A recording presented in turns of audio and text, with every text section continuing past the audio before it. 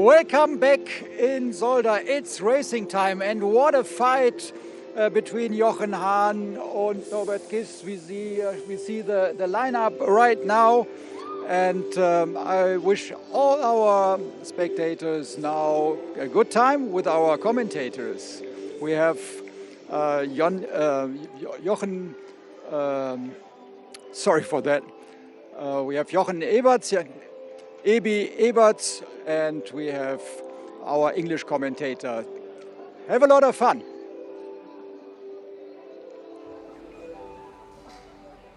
Hello everybody and welcome back to the FIA European Truck Racing Championship. You join me, Jack Werrell, in the commentary box for you to run you through all of the action today and tomorrow, of course. If you are just joining us and you didn't manage to catch qualifying this morning, wow, you missed out on one hell of a battle. It was a really close fight between Norbert Kish and Jochen Hahn in the final stages of Superpole, and we broke into the 1 minute 56 barrier as well, so the drivers really starting to find their feet around this Zolder circuit. We are, of course, getting ready for race one now, and everybody is working their way onto the grid. The engineers waiting in the wings as well, making sure everything is ready to go for race one. There will be a blank space at the tail end of the order. Heinrich Clementecker will not take to the grid after we saw him retire from qualifying with a turbocharger issue. He pulled over to the right-hand side of the road after the Lucien Bianca bocht, and thanks to the sterling effort of our marshals and circuit staff, they managed to get that truck retrieved safely out of the way and the circuit suitably covered in cement dust before we could go back racing again. So a massive thank you to those guys for getting us back underway as well, those guys and girls I should say as well. It was a very good effort from those guys, and then as soon as we got everybody cleared away, qualifying got back underway and the times only started to fall once again. Superpole, the closest we've ever seen it. The first thing I said today is Superpole is going to be closer than we've ever seen it, and they lived up to that, definitely. And with race one on the way, everybody is as to where they qualified. Race two, I think, will really be the one to watch, because the top 8 finishing positions from race one will be reversed and become the starting positions for race two. So lots to look forward to, and hopefully we will see Clementecker take to the grid. Stefan Faas, fingers crossed, he will be starting this race. If he will be, it will be from the back of the grid. He was on a very quick lap in qualifying one, but he's had an issue. I think it was the engine control unit had an issue, so the ECU has had to be changed or repaired. So he picked up a black flag for that, but hopefully he will be taking to the grid for race one. We saw there Norbert Kish starting on pole position. There he is, number 41 Hungarian for Team Titan. I thought, in fact, he was for Reve's racing team, but there he is in his MAN. Jochen Hahn lining up alongside, only 58,000ths of a second away from pole position, so he will be given the outside for turn one. There you can see Sacha Lenz getting into his cockpit. He was around about 0.6 of a second away from our pole sitter, and then another 10th back was Antonio Albertetti. There is the number 55 machine of Adam Lachko for Bagheera Racing in his Freightliner. Fairly good qualifying from Antonio Albertetti. Sorry, that is Adam Lachko in the number 55 machine. Antonio Albertetti is in the MAN alongside. But there is Adam Lachko. Good qualifying from Adam Lachko. There is Christopher. Yeah, thank you, Jack. Sorry, I forgot your name because I was a little bit confused. But now we are talking about this guy and this truck here, because there's an onboard camera, and we recorded his fastest lap. And back to you, Jack. Sorry for the short delay. No worries at all, Christopher. And we are looking at the onboard now of Norbert Kish. We do have a great onboard camera turning in towards the left and the right of the Jackie X-Box, and you can see grabs a gear and then on towards the start-finish line now, making a few final adjustments, potentially to cool his brakes, definitely getting temperatures ready and making sure the brakes are at the optimum temperature. Now hugging the pit wall on the right-hand side of your screen, hard on the brakes, flicking it in towards the left, carrying all the momentum you can, piling the lock on that you can get away with, controlling the oversteer, all of the curb on the exit, and then back out towards the left-hand side, setting the truck up for the Stad and Voxbocht and then all of the curb on the entry and on the exit again. There was the flick of oversteer, very well handled through there. Now through Canal box, so just a quick right-hander, potentially just flat out through there, and then in towards the Lucien Bianchi box. You could see the front of the truck jump down hard on the brakes, turning in towards the right. And now we are going to go back to Christopher. Of the truck. Yeah, that was an amazing qualifying. What was decisive for you? That was an amazing qualifying. What was decisive for you? Hard to say. I had to do it in my second lap because I had a small mistake in the first lap, in the first try in the Super Pole. So, yeah, it was difficult, and it's really tight with Johan. He's very, very close, like 0.05 of a second or something like that. So it's a very small gap.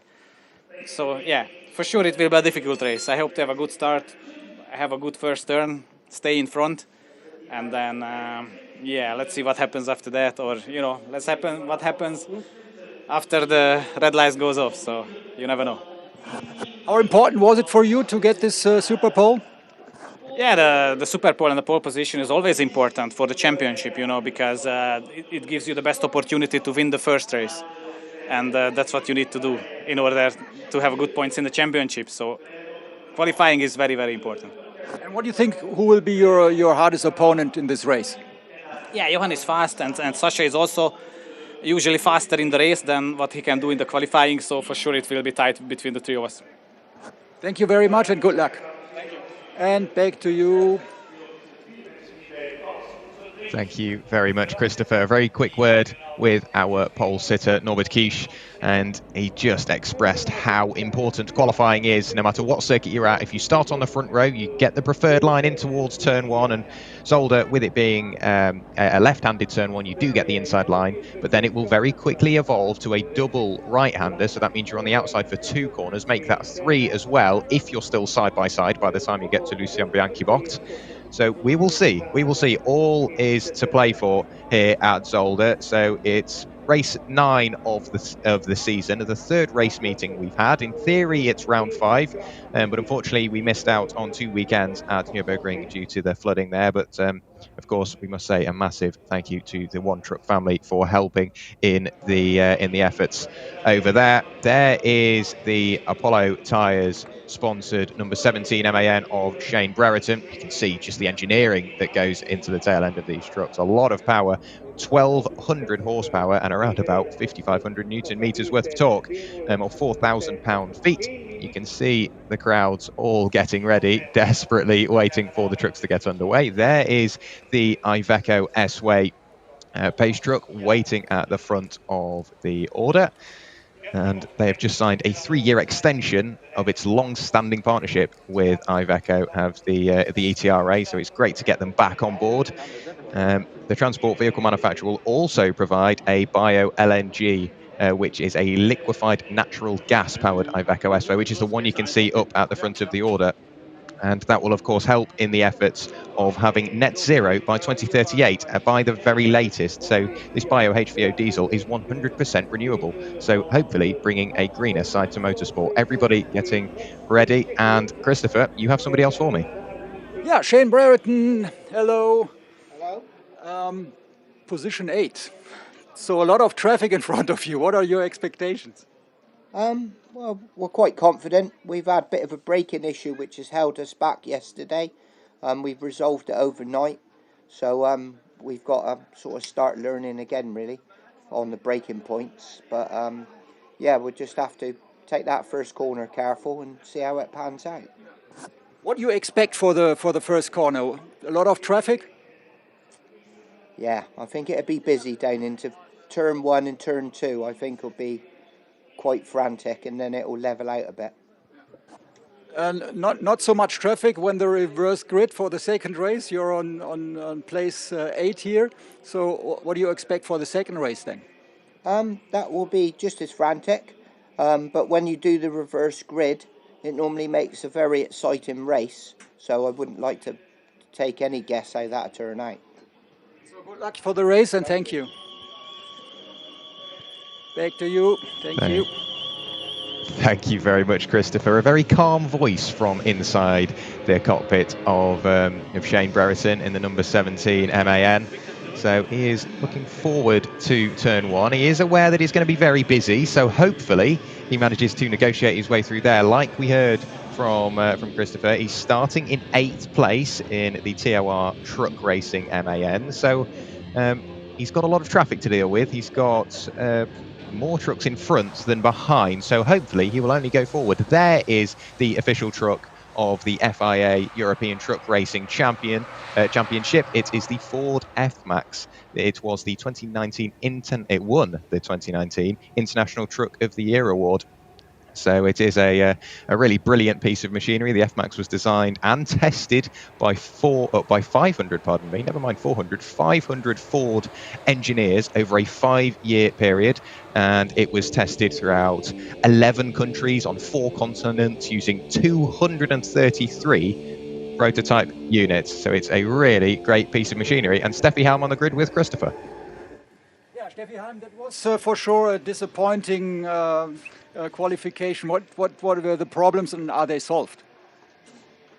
I think the biggest problem was the driver, because after we look at the data, and it was just that I was not able to make one fast lap, and the truck was from the setup that it was only possible to make 1 or 2 laps, so I was not able after the first run to make a faster one. So yeah, position 11 is very bad, but I hope we can score some points in the race and maybe go in front to 8. So what are your thoughts now before the race? At the moment it's very relaxing, you know, because the position is so bad. So it's I'm only focused that we have a good start and maybe gain some positions during the race, and that's all. Thank you. So we have to hurry. Back to you. Thank you very much, Christopher. Very brief interview there with Steffi Halm, being her biggest critic, I believe, there. Just not 100% happy with her qualifying performance, but like she said, she's very calm, very relaxed, and just looking to go forward now. You can hear a voice in the background shouting 3 minutes, so 3 minutes, rolling, really slowly emptying out. Everybody getting back on the correct side of the pit wall, and the trucks have struck into life. So in a few moments' time, we will be able to bring all the action to you. So by the looks of it, everybody, like I say, working their way to the various gates along the pit wall, getting themselves behind the pit wall securely, and then the trucks will be able to get rolling past the number 11 there of Andre Kersim.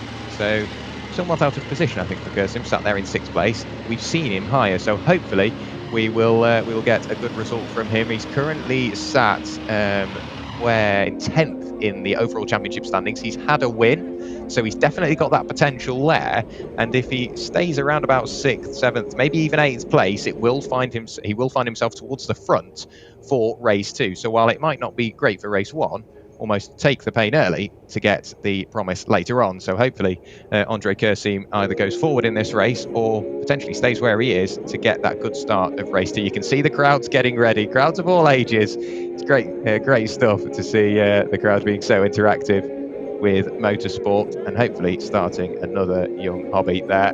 There he is. It's great to see everybody coming together, building a great atmosphere here at Zolder. It happens everywhere we go, and it's going to be an absolutely brilliant race 1. The 1 minute board held up. You can see the track marshals letting everybody know it is time to go. So working their way off the grid once again, the music playing away in the background, building up the tension, ready for race 1. So we've got lots to look forward to. The Iveco S-Way just sat up at the front of affairs, waiting to get going. And you can see the amazing circuit staff and the marshals ready to go as well. Massive thank you to those guys as well. We really wouldn't be able to do it without you, and I cannot stress enough how helpful they really are to allow motorsports to continue. You can see everybody sat waiting patiently, a little bit of heat haze on the camera, so potentially the heat has risen from this morning. It was going to be fairly overcast all day. We've still got a layer of cloud all around the circuit, but thankfully no rain, and potentially the sun might burn through that cloud and the temperatures could only get even hotter. But then that adds in another little bump for the drivers to deal with, because some drivers might be quicker in the warm weather, some drivers might be quicker in the cold, and we are now rolling. So we are on the warming up lap for race 1 of the weekend. Very shortly we will have the on-track action continuing, so the Iveco S-Way pace truck leading the field around on their formation lap. Norbert Kish, the first of the racing trucks in the MAN, alongside Jochen Hahn.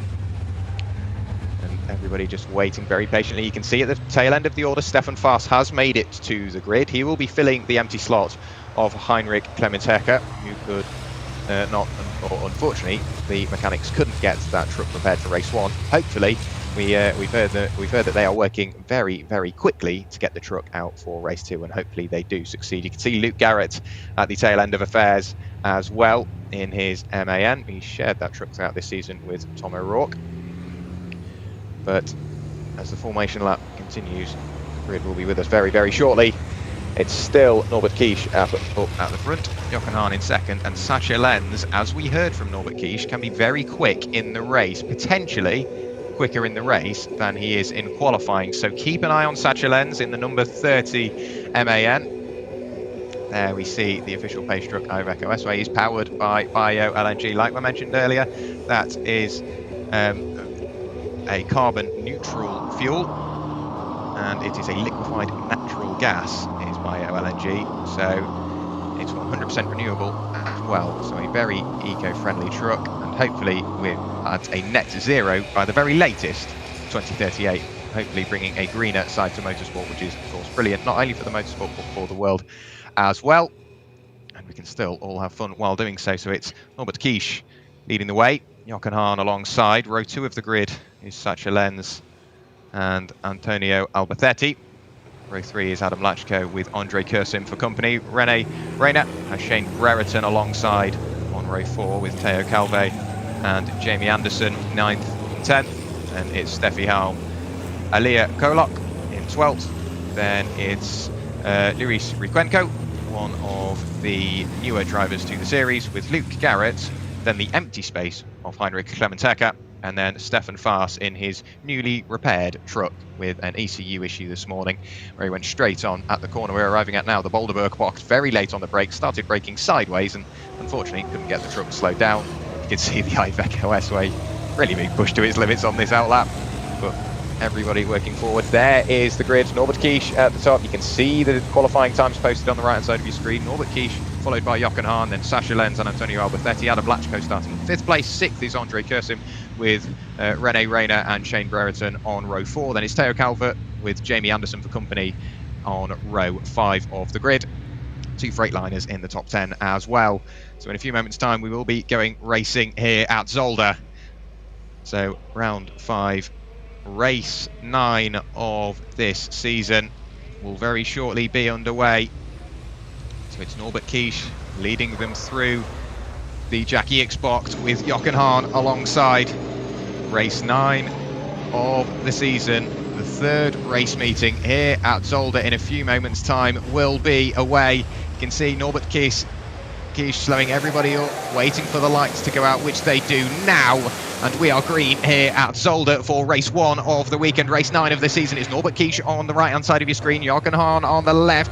A little bit of door-to-door contact as they go through turn 1. Norbert Kish manages to fend off any further attentions. He's still leading the way with Jochen Hahn pushing him through turn 1, heading up towards turn 2. That is the number 29 machine of Alia Kolog, very, very sideways and skittery through the gravel. He does continue on without too much of an issue, and it looks like Luis Riquenco potentially running out of a little bit of real estate on the outside, but it's still Norbert Kish leading the way from Jochen Hahn and then Sacha Lenz. Still rotating around the trucks behind, and I think just taking it rather conservatively is Stefan Faas, hoping that there won't be any further issues. But there is Norbert Kish still leading from Jochen Hahn, still with Sacha Lenz just behind. We'll wait to see who is in 4th place. It is Antonio Albertetti just about. Then we get back to Adam Lachko in the number 55 Bagheera Freightliner. Everybody else comes rattling through. There is Stefan Faas picking up a place there. So he's no longer towards the tail end of the order. I think potentially catching out Luke Garrett in sector 1. So Kish up at the front. Everybody else just working their way through sectors 2 and 3. There's no real need to start pushing forward as of yet. It's a fairly long race, 12 laps, and it's 2 minutes a lap, so we're looking at around about a a 24-minute race at this point. So still plenty of time for drivers to work forward. You can see there Jamie Anderson trying to work his way past one of the Bagheera Freightliners. Riding on board now with Norbert Kish, the number 41 machine, turning in towards the left and the right. Jackie Xbox now in towards the right, bouncing over the curbs. Got to be careful not to hit that bollard, because the race stewards will be looking at you for potentially a track limits infringement. Now we see the windshield wipers working away, so there clearly is rain out there. Potentially it's just a wet track kicking up some spray, or it could be rain in the air. There is the number 11 machine of Andre Kursim with his lights ablaze as well. But look at that gap that Norbert Kish has already got as he crossed the line last time through. He's already 1.5 seconds clear. Then it was Sasha Lenz just half a second back from Hahn. Here's the replay of the number 29 of Alia Kolok, bouncing over the gravel and just over pit exit, and 3 wide for a brief moment there, heading in towards Stade Vauxbocht. But everybody managed to continue on. Gravel being kicked up in the distance at the exit of Lucien Bianchi-Bocht. It's still Norbert Kish leading the way from Stefan Hahn. Then Sasha Lenz just behind. And we've still got the number 23 of Antonio Albacete. There is Sasha Lenz, knocking on the door of second place at the moment. Stefan Faas has picked up another place. He's managed to pick off the number 64 MAN of Luis Frequenco. So up into 13th place respectively now. Here's Norbert Kish still pushing forward. Everybody with the windscreen wipers working away. There is Andre Kursim under pressure from Rene Reina. In between a pair of those two, looks like it could be Shane Brereton in a few moments' time, because he is working forward as well. Back down towards Boulderberg-Bocht. Norbert Kish throws it in towards the right-hander. Getting ever closer, I fear, is Sasha Lenz to the tail end of Jochen Hahn. So that battle could evolve in the coming laps. Antonio Albacete still sat there in 4th place.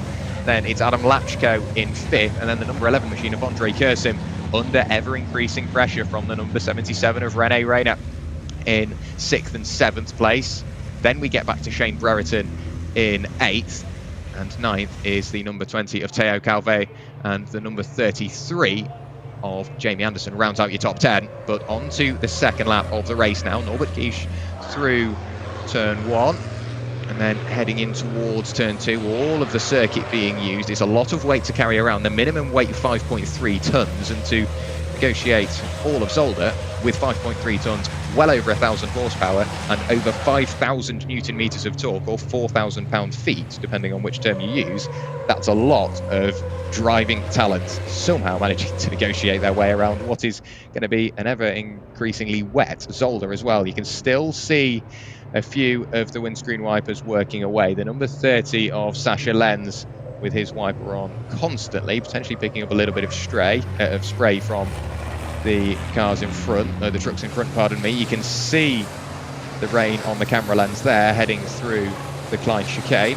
Under the bridge we go, back down towards the Gilles Villeneuve chicane. Sasha Lenz has lost a little bit of time to Jochen Hahn, and he's now coming under pressure from Antonio Albacete in the number 23 MAN. And if we look further back, we can see the number 33 of Jamie Anderson coming under pressure from Steffi Halm in her Iveco as well. That is the battle for 10th place. Steffi Halm said she wanted to work her way forward, so hopefully she'll be able to do that and potentially get herself on race 2 pole with, of course, the top 8 reversed. So Stefan Faas still sat there in 13th place, looking to work his way forward. The next target for him will be Kolok, Alia Kolok in the number 29 Freightliner. She has had a fairly good race so far, but still looking to work forward. She's trying to catch onto the tail ends of Shane Brereton, but when you've got Stefan Faas hot on your heels, it's going to be very, very difficult to not look in your rearview mirror. You can see the gaps on the left-hand side only increasing now. Norbert Kish 2.6 seconds to the good. He crosses the line now, has the gap yet further extended.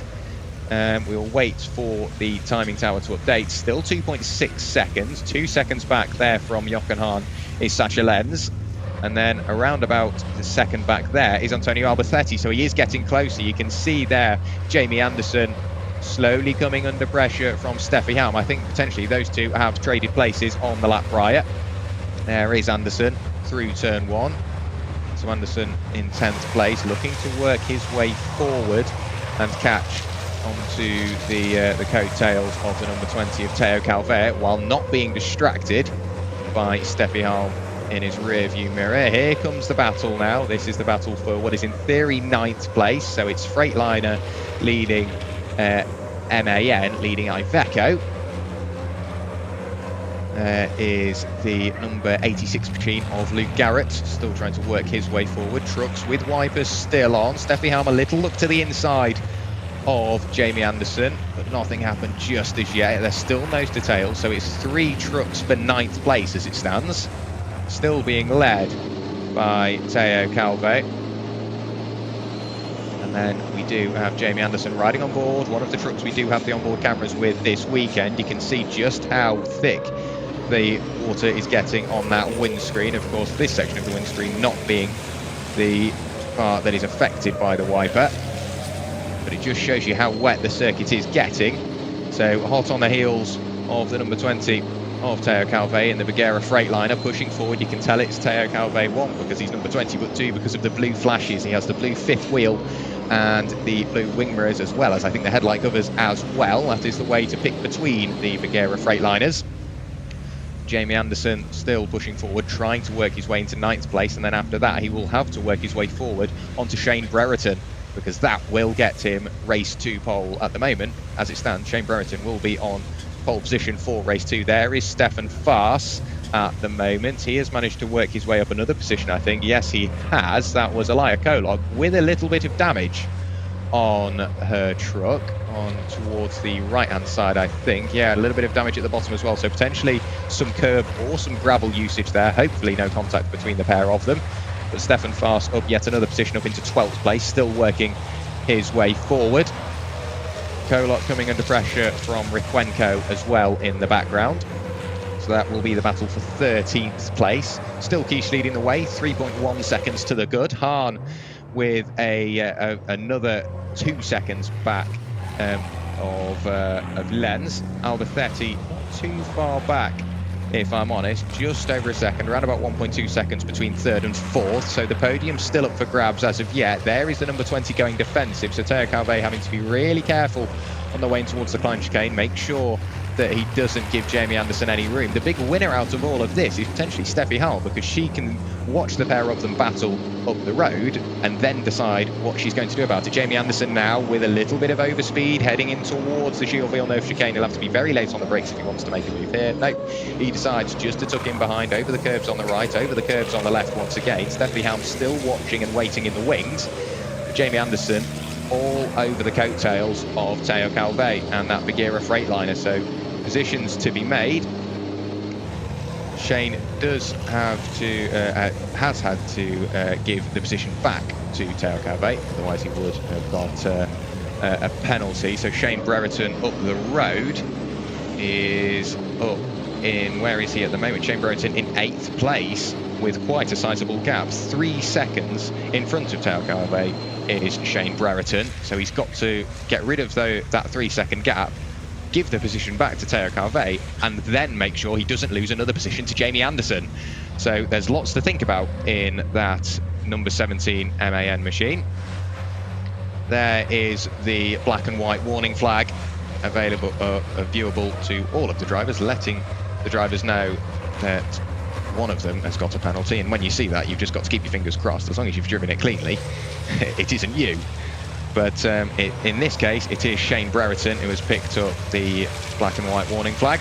He will be on the team on the radio to the team. Very sideways through Canal Bocht was Jamie Anderson. Managed to get the moment collected up, but it just shows potentially how slippery the curbs are becoming as the water dissipates from the circuit and gets flung onto the curbs. You can see at the bottom of your screen, 100% renewable HVO diesel powers all the race trucks. So an effort to make racing a greener place, and it's definitely working. So it's great to see that we are using 100% renewable energy, renewable HVO diesel here at the FIA European Truck Racing Championship, hoping to get net zero by 2038 and completely carbon neutral. There is the number 20 of Teo Calvé, still under pressure from Jamie Anderson, with Steffi Halm just sat behind. Then we get back to Stefan Faas, still following along. So it's, at the moment, 3 trucks for 9th place. In a couple of moments, it could be 4 trucks for 9th place. You can see on the right-hand side of your screen, Teo Calvé and Jamie Anderson. So the low on power number 33 MAN trying to work his way forward at the moment, but we've still got to remember that Shane Brereton has to give that position back to Teo Calvé. On the left-hand side of your screen, you can see the gap has actually come out from the 3 seconds to around about 3.5 seconds now. So he definitely has to lose this time to hand it back and potentially lose another position to Jamie Anderson while doing so. 6 laps of the race completed. Norbert Kish 4.3 seconds to the good at the moment. And it's still Sacha Lenz sat there in 3rd place. Within a second now is Antonio Alberthetti. So the final step on the podium still up for grabs as it stands. Potentially 3rd place could be changing in the coming laps. Waiting as well in 5th place is the number 55 of Adam Lachko. So he could still be there. And now Steffi Helm, the attention has gone from attack to defend, because Stefan Faas sat really close behind her now, really looking to work his way forward, and that will be for 11th place. Steffi Helm wanting to work her way forward, as we heard in the pre-race interview. Very, very wide there through Lucien Bianchi box. He'll have to be careful not to annoy the race stewards for a track limits infringement there, Jamie Anderson. Almost half the truck in towards the gravel, so I'm sure that will pique the attentions of race control. So it's now 4 trucks or 9th place. So at the moment it's Teo Calvé trying to fend off Jamie Anderson, then Steffi Helm and Stefan Faas, all sat nose to tail, going into the Gilles Villeneuve chicane, battling away. Halfway through the race now, still Kish leading the way from Hahn, then it's Sacha Lenz. The current podium as it stands, but Alberthetti really starting to put the pressure on the 3rd place driver of Sacha Lenz, riding on board with Jamie Anderson once again. The MAN losing a little bit of ground to Teo Calvé, potentially watching his rear view mirrors, because Steffi Helm, she will have seen that Stefan Faas is working forward, and she's thinking, right, I really need to get a move on now. And that could have potentially distracted Jamie Anderson a little bit. And of course, with that mistake through Lucien Bianchi-Bocht, he will have lost a little bit of time there as well. Shane Brereton still pulling away from Calvé, and if the information I've been fed is correct, he still needs to give back that position. Now 4 seconds the gap between the pair of them, and we saw the black and white warning flag, so we should have seen it. And with the driver's radios, he should have heard it as well. Crossing the line once again, now almost up to 5 seconds the lead gap from Norbert Kish and Jochen Hahn. Jochen Hahn struggling to keep touch with our championship leader. Sacha Lenz 3rd place in the championship at the moment, only 3 points adrift of Norbert Kish. However, that lead gap, if everything stays as it is only going to yet further extend, because Sacha Lenz sat there in 3rd place, 8.8 seconds behind our leader now, and just about within a second there or thereabouts is Antonio Alberthetti once again. So Antonio Alberthetti really getting close to 3rd place, all through the gravel, all through the grass. Very, very sideways was Stefan Faas there in his Tank Pool 24 Racing Scania. Overspeed, there was a warning there. I couldn't quite pick out who it was, but somebody evidently overspeeding, breaching the 160 km/h or 100 mph, whichever term you use, speed limit. Of course, the trucks are limited to 100 mph for safety as well, of course. And it's great to see just how close that has allowed these races to get. And now the number 29, Aliyah Kolok, has already got 2 warnings for track limits. So has the number 24 of Stefan Faas, and I've got a feeling that will be another very, very sideways through the gravel on the exit of Lucien Bianchi-Bocht, and that is definitely not what you want to be doing. Yes, he won't have gained an advantage from that, but it's almost classed as reckless driving. Over the line once again goes Norbert Kish in the number 41 machine for Rivesh Racing Team. And then heading through Sturden Voxbocht and Kanalbocht in a few moments' time, still ahead of Stefan Hahn and Jochen Hahn, pardon me, still pulling away. Jochen Hahn 5.4 seconds adrift now, and 10 seconds away from our leader is the number 30 machine of Sacha Lenz. So losing more and more ground. I don't potentially think that means the drivers behind are slow. I just think it means that Norbert Kish is really, really on it here at Zolder this afternoon.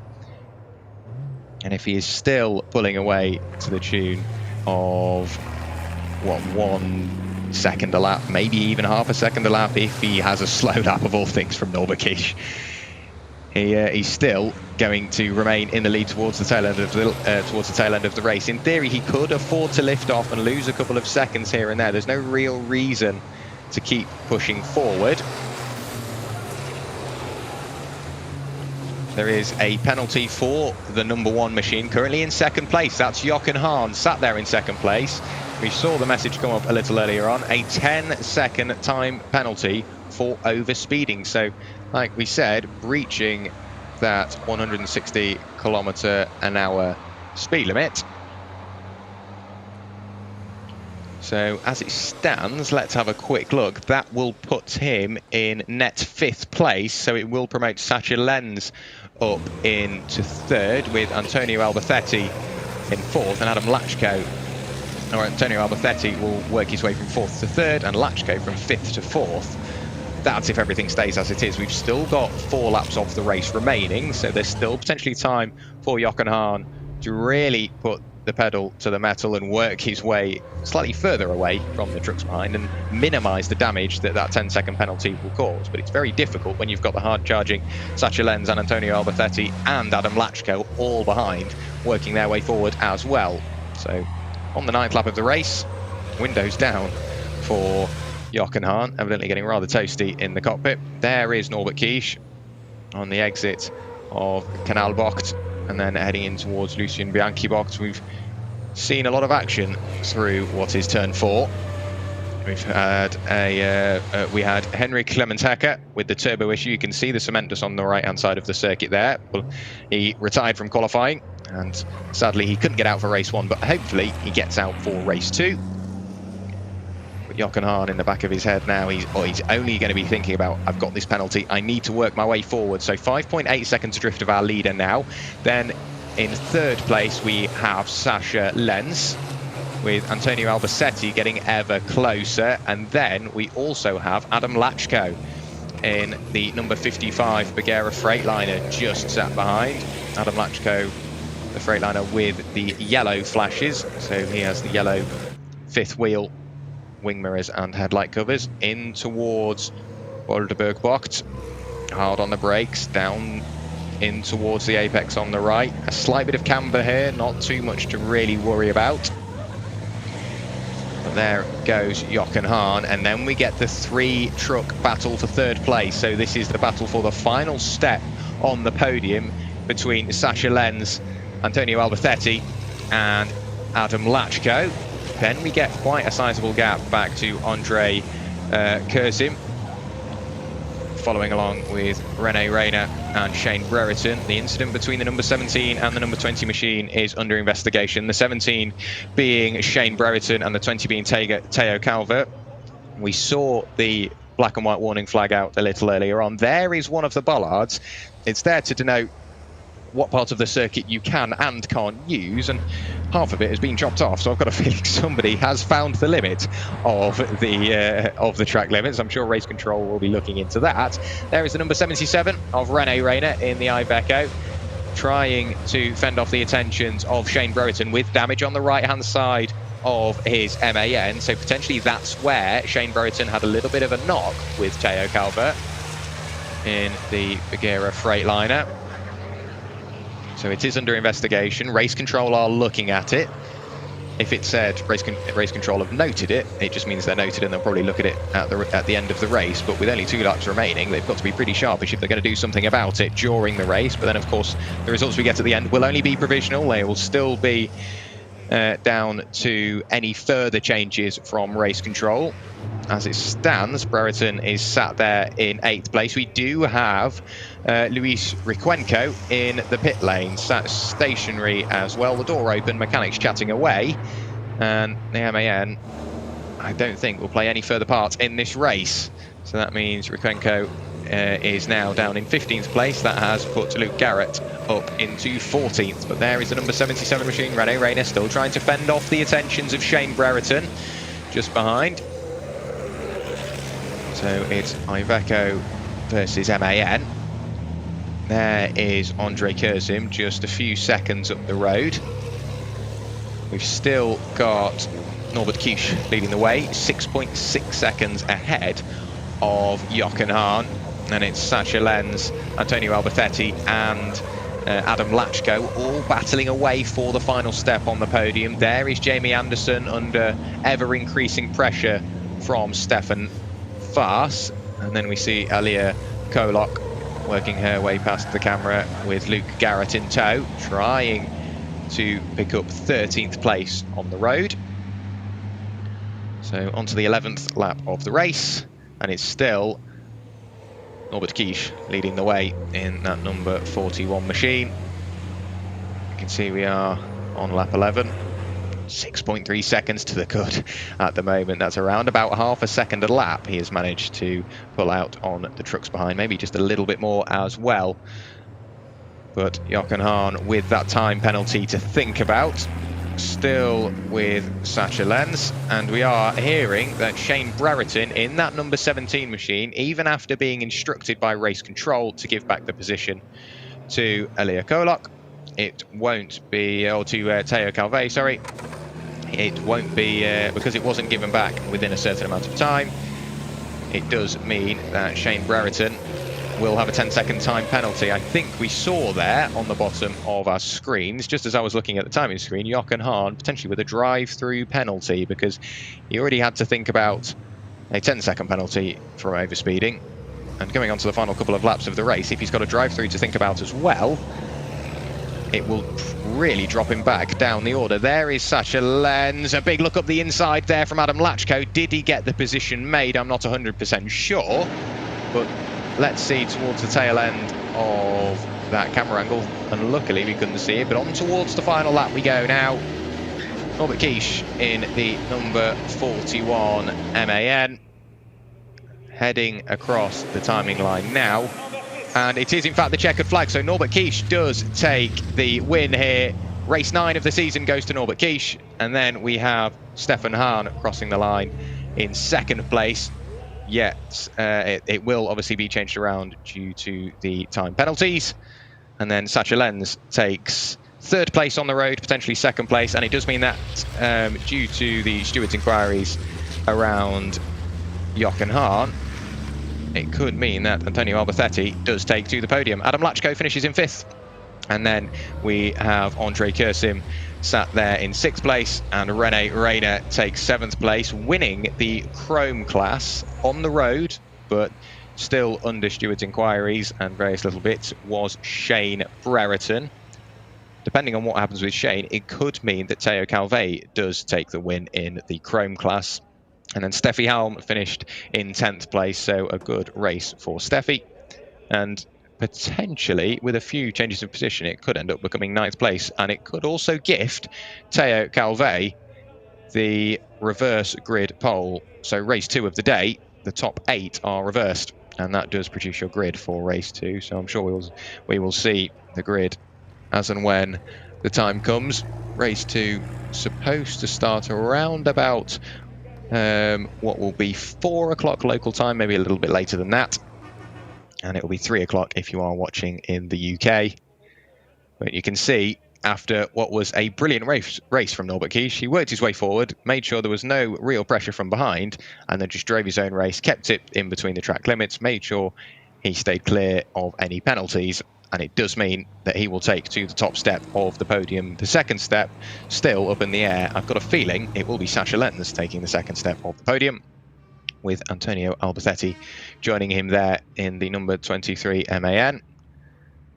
But race 1 of the weekend completed, and what a race it was. Very, very close battles throughout. Third place, still not 100% sure who will have got that, because on my timing screen it still says Sacha Lenz, but I do potentially think it will be Antonio Albertetti.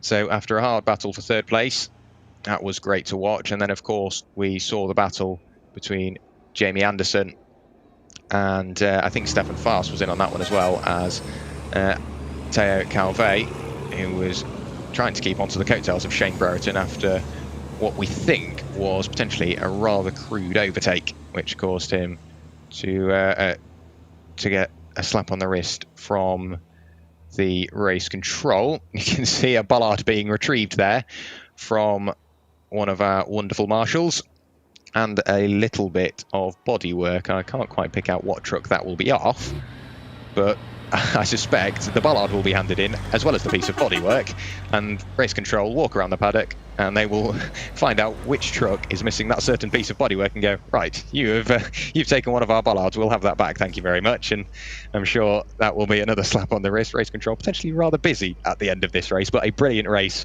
nonetheless, and Norbert Kish, a dominant win. You can see everybody just on their way down towards the Jackie Xbox. Norbert Kish and Jochen Hahn in the pit lane now, and ready to take to the podium. There is the winner's board, and here is Norbert Kish to take to the podium.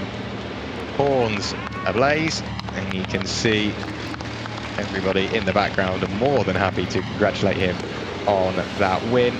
And we'll keep an eye out for Jochen Hahn, who has driven past the podium parking area. So I do believe that is Sacha Lenz taking second place and Antonio Albertetti rounding out your podium. It will be confirmed in a few moments' time as and when we see the other trucks arrive.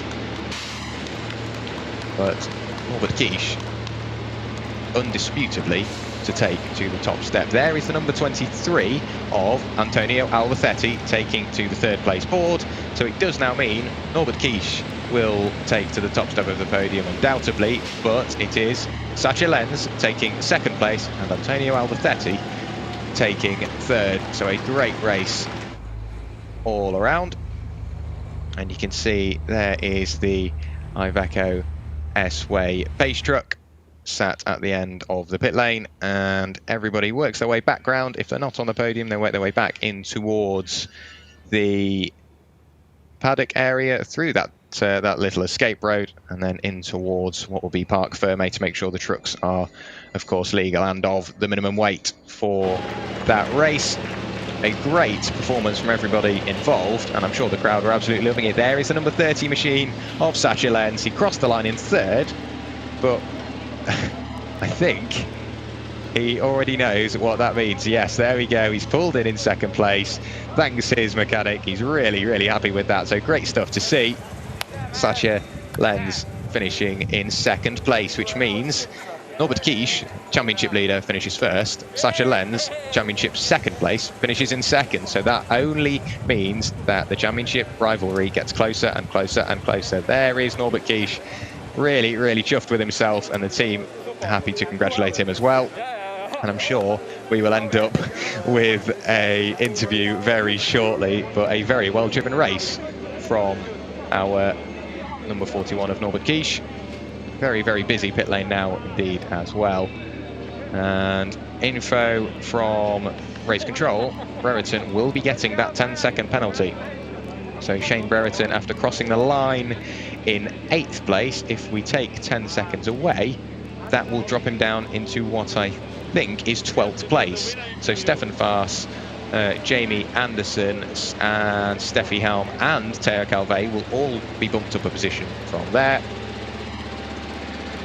And you can see in the background the number 20 of Teo Calvet will have won the Chrome class, of course, because Shane Brereton was the leader of the Chrome class, crossed the line to win the Chrome class. But then with that 10-second penalty, it does mean that Teo Calvet will have won the Chrome class today in race 1. Jamie Anderson will take second place, and Stefan Faas, after a incident in qualifying, of course, with the ECU issue, he took to the grid towards the tail end, and he's worked his way onto the podium. So third place for Stefan Faas. A very, very, very well-driven race from him. Worked his way forward. You can see the complexity there of the engineering on these trucks. And Norbert Kish, I believe we have down in the pit lane. Down to you, Christopher.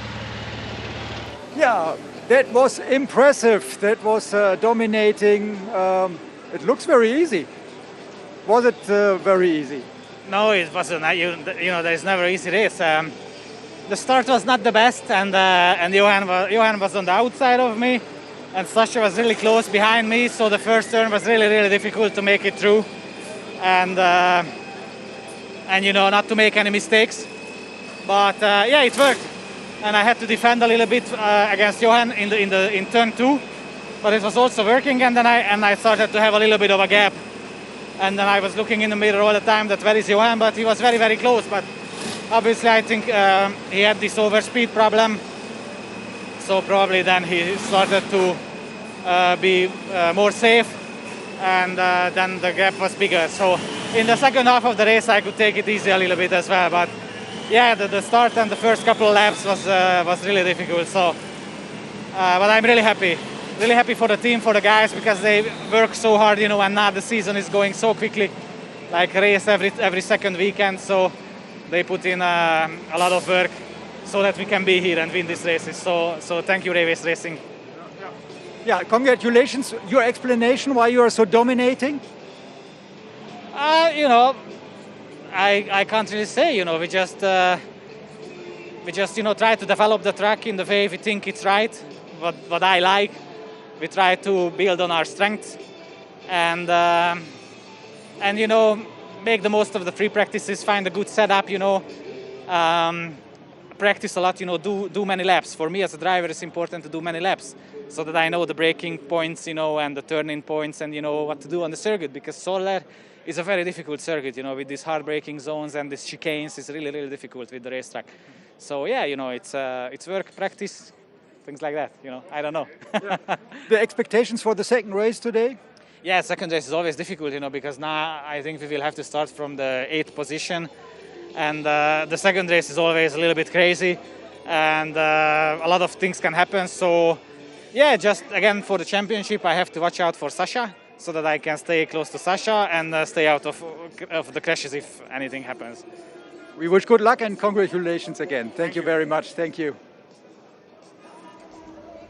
Yeah. So a quick interview there from Norbert Kish. Very well driven, and now you can see the results from race 1 of the weekend, race 9 of the season. Norbert Kish wins that race with a 23-minute 41 second race time. Sacha Lenz takes to the second step of the podium, 10 seconds drift, of course, with Jochen Hahn's penalty. Antonio Albertetti rounds out your podium. Then it's Adam Lachko and Andre Kersim rounding out your top 5. Then it's René Reiner, Teo Calve, Steffi Halm, Jamie Anderson and Stefan Faas rounding out your top 10. A really good comeback drive from Stefan Faas after the issues in qualifying. 11th is Shane Brereton. Jochen Hahn finds himself right the way down in 12th place. Then it's Alia Kolok, Luke Garrett and Luis Renquenco, with the early retirement. So annoyingly, he couldn't take to the checkered flag. I do believe we do have the driver's ceremony taking place in just a few moments' time. You can see the circuit vehicles sat there on display. There is Norbert Kish working his way up on towards the podium. The podium placed trucks working their way back towards the paddock as well. And in a few moments' time, we will have the driver's ceremony and the podiums for both the Titan class and the Chrome class. So we've got those to look forward to as well. We do have another race today, but all that is to come. Here is the podium. So taking to the third step of the podium is Antonio Albertetti. Great stuff from Antonio. He takes third place in this race. And then we have Sacha Lenz taking to the podium as well, with another little helper. Sacha Lenz taking to the second step of the podium, and race winner from race 1 of the weekend, it's Norbert Kish. Very well done, Norbert, very well driven, and to the top step of the podium he goes.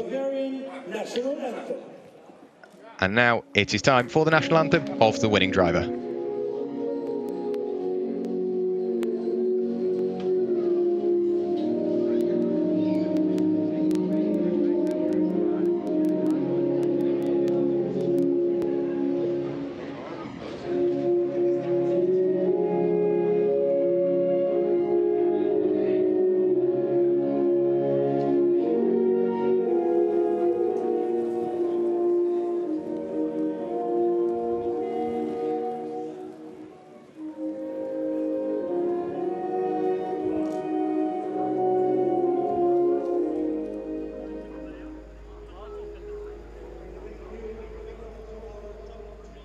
Gentlemen, show your trophies, please.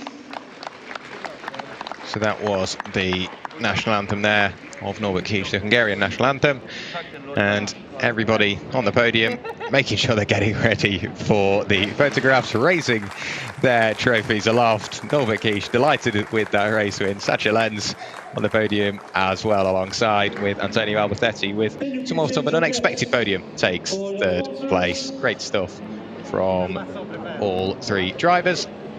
And whether we're going to get champagne sprayed in a few moments' time, I don't know. Still time for photos. And I do think we are indeed. So the little helper shown away, and as the champagne bottles are opened, everybody around is going to get rather wet at the moment. There we go. You can see everybody celebrating. Norbert Kish really, really happy with that one. And Sacha Lenz in second place. Antonio Albacete with a great third place, and just congratulating each other now. Really well done to all three drivers. That is your podium overall and for the Titan class as well. In a few moments' time, we will have the Chrome class as well. Just a few more photo opportunities for the media. And then the Chrome podium will take place in just a few moments' time. Brereton was due to be on the top step of the podium, but having ignored the race control's instructions, he has lost the podium, I believe, finishing a little further down the order than expected. But you can see everybody getting readied for the second podium. The media all there and ready. Just a quick swap of the flags and making sure everyone is there and ready.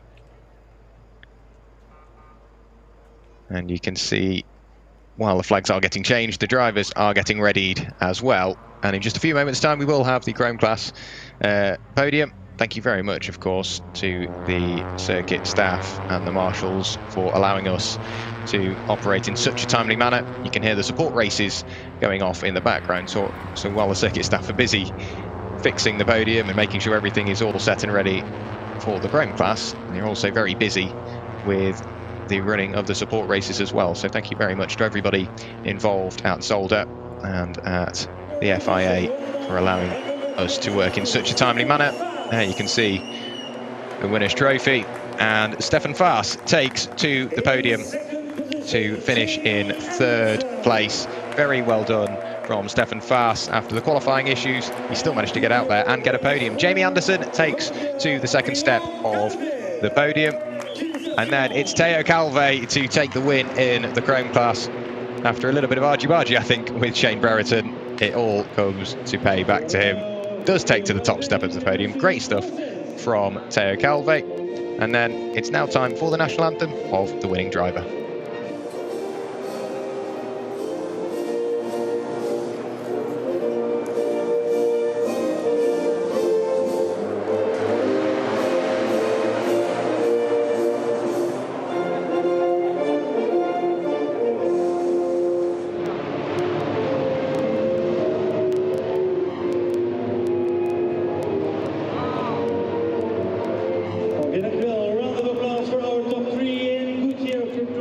There was the national anthem of Teo Calve, French national anthem. Very well driven from the Bagheera Racing Freightliner. Trophies raised aloft once again. Media given the opportunity to take photos. And then they're instructed they are allowed to change their hat if they so wish. And now it is time for the celebrations and the champagne. Of course, the champagne bottles opened and champagne sprayed in towards the crowd and towards the team members. Corks popped and the champagne sprayed well and truly everywhere. Better performance there from the Chrome drivers, I think, than the Pro drivers. And in a few moments' time, we will have some highlights for you from race one. And it will be my pleasure to run you through those. Trophies and champagne taken away. But here we go. Here are the highlights. Race one got underway earlier on. It was Norbert Kish who led from lights to flag. You can see from pole position, had a little bit of pressure on the way up towards turn one, but didn't really allow it to phase him as long as he got in front of Jochen Hahn at the start. there you go, nice and easy. Worked his way forward and didn't change his position from there. Jochen Hahn sat there in second place. The number 29 machine of Elia Kolok very, very sideways all over the gravel at turn 1 on lap 1, but managed to rejoin safely and didn't have any further issues. But working our way slightly deeper into the race, you can see just how quickly that gap really started to open. Sasha Lenz sat there in second place, but all the battles were behind. It only got closer and closer and closer for third place. In the background, though, you can see Rene Reiner under ever-increasing pressure from Shane Brereton, and it was like that all the way through the race. Jamie Anderson also had a great little battle with Elia Kolok as the race wore on as well. You can see it there. Elia Kolok, Jamie Anderson and Steffi Harm all nose to tail, then followed by a couple of the other trucks as well. The number 64 of Luis Riquenco, one of the ones noted actually there. Of course, he had to retire slightly later on due to an electrical issue. There is the number 20 of Teo Calvé under ever-increasing pressure from Jamie Anderson. Steffi Halm sat behind, and you can see just in the background there, Stefan Faas working his way forward. There is the black and white warning flag. That one showed for Shane Brereton. Stefan Faas continued working his way forward, very quickly got onto the coattails of Steffi Harm, but couldn't quite do much about it towards the latter stages of the race. They got closer and closer and closer, and then towards the tail end of the race, we did start to see it hot up just a little bit more. It went from 4 trucks racing nose to tail to a pair of 2s. The number 20 machine, Teo Calvé, still fending off Jamie Anderson, but a dent put in Stefan Faas's inroads of Steffi Harm as he ran very, very wide on the exit of Lucien Bianchi box for what was the third time after receiving a couple of warnings already. The number 41 machine, Norbert Kisch, up at the top end of affairs, just drove his race, kept it in between the track limits, and all he did was drive that to the line. The number 77 of Rene Reiner under even more pressure from Shane Brereton after what was a rather frowned upon overtake from Teo Calvé, which eventually came back to bite him, and he did get that penalty, annoyingly losing the podium. But Teo Calvé did take to the top step of the podium.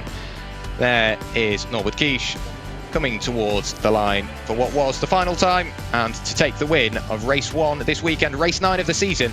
Jochen Hahn, while he finished second on the road, he finished right the way down in what was 11th place in the end. You can see fans, marshals, circuit staff all had a brilliant time during that race, but Norbert Kisch, the eventual victor, took to the top step of the podium, not only in the Titan class, but not only in the Titan class, but the race overall as well. Sasha Lenz finished in third, and Antonio Albacete rounded out your pro podium.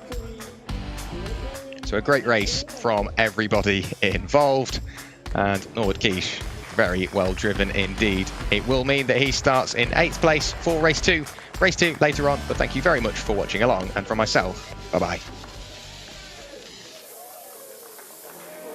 Yeah, the winner of the Goodyear Cup, Teo Calvé, congratulations. What are your thoughts about your race? Yeah, it was not a bad race. I'm very happy. I finished at the 7th position, so I think it's not bad. I won the Goodyear Cup. I take a lot of points for the championship, so I think it's very good. I'm happy. Good to hear that. What's about the fight between Shane Brereton and you? Yeah, it was quite difficult, you know, because we have few problems on the track, and we have to solve it. But yeah, it was a hard battle.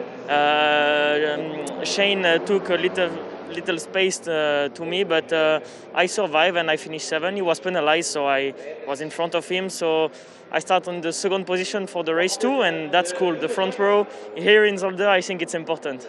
How proud are you about this cup and about your win today? Yeah, I'm very happy. Like I said, I won three races in Goodyear Cup last weekend. Now I won once again. So yeah, I'm very happy, and I hope I will have more like this this weekend. It looks good. Thank you very much, Theo. Good luck for the 2nd race. Yeah, and the 2nd race, we will be back at 3:55, and hope to see you then at 3:55. Bye-bye.